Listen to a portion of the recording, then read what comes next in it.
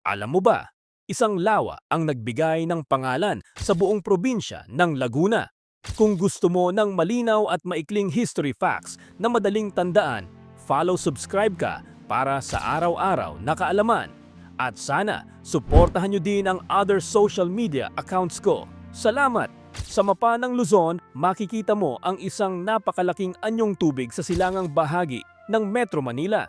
Ito ang Laguna de Bay, ang pinakamalaking lawa sa Pilipinas at sentro ng pamumuhay ng mga sinaunang pamayanan sa paligid nito.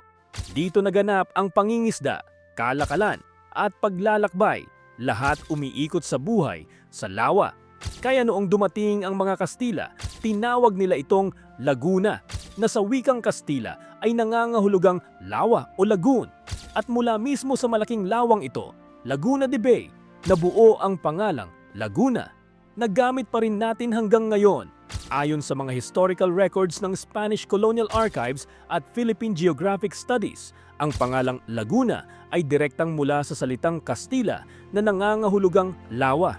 Isang paalala ito na kung minsan ang kalikasan mismo ang humuhubog sa identidad ng isang lugar at sa kuwento ng mga taong naninirahan dito.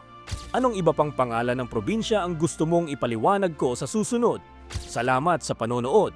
Follow at subscribe para sa mas marami pang malinaw, maikli at tunay na kasaysayan.